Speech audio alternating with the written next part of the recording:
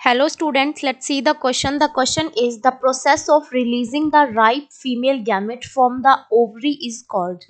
ठीक है, ripe female gamete का क्या मतलब होता है बेटा? ओवम होता है. ठीक है, तो क्या बोल रहा है कि इस प्रोसेस को हम क्या बोलते हैं कि ये जो ripe female gamete है वो ओवरी से रिलीज होता है. ठीक है, तो वो ओवरी से रिलीज होके कहाँ पर जाता है बेटा? वो जाता है फेलोपियन ट्यूब के अंदर. ठीक है, तो बेटा चलो अब हम इसका प्रोसेस देखते हैं. ये एक नॉर्मल डायग्राम है ओवरी का. यहाँ पे कुछ प्रीमोर्डियल फॉलिकल्स प्रेजेंट रहते हैं. ठीक है, अब यहाँ पर क्या करते हैं, पिट्यूटरी ग्लैंड क्या करती है, एक हार्मोन सिक्रीट करती है जिसका नेम है फॉलिकुलर स्टिमुलेटिंग हार्मोन. इसके नेम से ही पता चल रहा है कि ये फॉलिकल्स को स्टिमुलेट करने का काम करेगा. पहले ये बनाता है प्राइमरी फॉलिकल, देन बनाता है सेकेंडरी फॉलिकल, देन बनाता है टर्शरी फॉलिकल और फिर बनाता है एक mature follicle that is known as the Graafian follicle. और बेटा जैसे जैसे ये फॉलिकल्स डेवलप्ड होते हैं ना, वैसे वैसे यहाँ पर ओव्यूलेशन का प्रोसेस भी होता रहता है. इस प्रोसेस तक आते आते ये बन जाता है बेटा सेकेंडरी oocyte. ठीक है, अब ये जो सेकेंडरी oocyte है ना बेटा, अब इस टाइम पे क्या होता है, एस्ट्रोजन लेवल का यहाँ पे साथ साथ में एस्ट्रोजन भी सीक्रेट होता रहता है.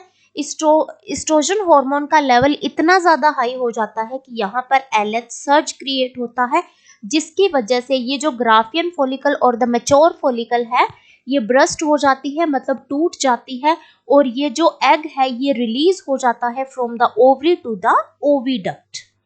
ये जो सेकेंडरी oocyte है, तो इसी प्रोसेस को हम क्या बोलते हैं बेटा? ओव्यूलेशन का प्रोसेस बोलते हैं. ठीक है, ये प्रोसेस क्या बोलते हैं? इसे हम बोलते हैं ovulation.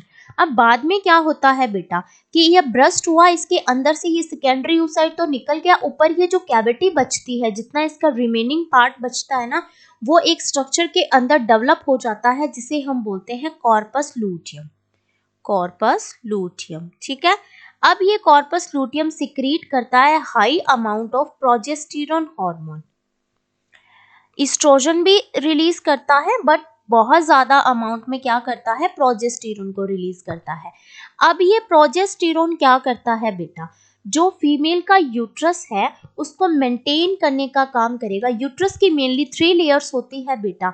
Perimetrium is the outer most layer, myometrium is the middle layer, myometrium is the middle layer and the endometrium is the innermost layer. ठीक है, तो ये एंडोमेट्रियम को थिकन करने का काम करेगा, इसको रेडी रखेगा for the process of implantation. अब इम्प्लांटेशन क्या होता है बेटा, ये देखो ओविडक्ट के अंदर ये सेकेंडरी oocyte एंटर कर गया. ठीक है, तो ओविडक्ट के अंदर 3 रीजन्स रहते हैं, इन फंडिबुलम, इस्थमस एंड द एम्पुला. जो एम्पुला होता है वो बीच वाला रीजन होता है, वहां पर बेटा मेल का वेजाइना से होते हुए गैमेट आएगा, मतलब स्पर्म आएगा, और इधर ये सेकेंडरी oocyte है. अब इन दोनों का फ्यूजन होगा बेटा. जैसे ये फ्यूज हो जाएंगे ना बेटा, इनके फ्यूजन के प्रोसेस को हम क्या बोलते हैं बेटा? फर्टिलाइजेशन बोलते हैं. ठीक है, फर्टिलाइजेशन होने के बाद ये हैप्लॉइड होता है, ये हैप्लॉइड होता है, ये डिप्लॉइड जाइगोट बना लेता है. ठीक है,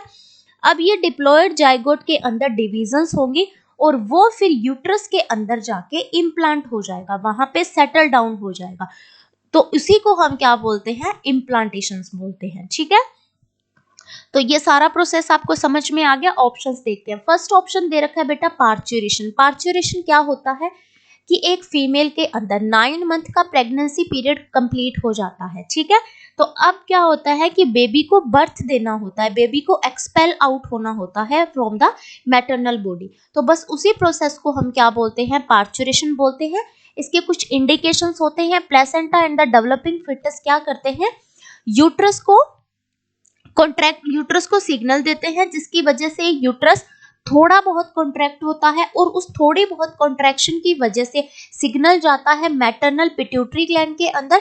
पिट्यूटरी ग्लैंड एक हार्मोन सीक्रेट करती है जिसे बोलते हैं ऑक्सीटोसिन, और वो ऑक्सीटोसिन क्या करता है? स्ट्रॉन्ग कंट्रैक्शन करवाता है यूट्रस के अंदर, जिसकी वजह से जो यूट्रस है बेटा, जैसे यूट्रस कॉन्ट्रैक्ट होगा तो जो सर्विकल कैनाल है उसके लिगामेंट्स है वो रिलैक्स होंगे. Due to the relaxin hormone की वजह से वो रिलैक्सिन हार्मोन प्लेसेंटा सेक्रेट करता है और बेबी बहुत इजीली एक्सपेल आउट हो जाएगा मैटरनल बॉडी से। तो इस पूरे प्रोसेस को हम क्या बोलते हैं, पार्चुरेशन बोलते हैं।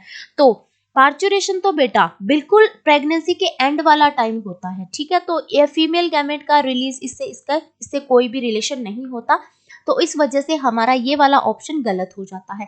बी ओव्यूलेशन, मैंने अभी बताया कि ओवरी से ओविडक्ट के अंदर एंटर करेगा, तो इस प्रोसेस को हम बोलते हैं ओव्यूलेशन, बिल्कुल सही है। बी ऑप्शन हमारा करेक्ट हो जाता है। सी बोल रहा है फर्टिलाइजेशन। फर्टिलाइजेशन भी मैंने आपको अभी बताया था कि मेल और female gamete that are the egg and the ovum जब एक दूसरे के साथ फ्यूज करते हैं तो डिप्लॉयड जाइगोट बनाते हैं, और इस प्रोसेस को हम बोलते हैं फर्टिलाइजेशन। तो इस प्रोसेस को फर्टिलाइजेशन बोलते हैं, इस वजह से ये वाला ऑप्शन भी हमारा गलत हो जाता है।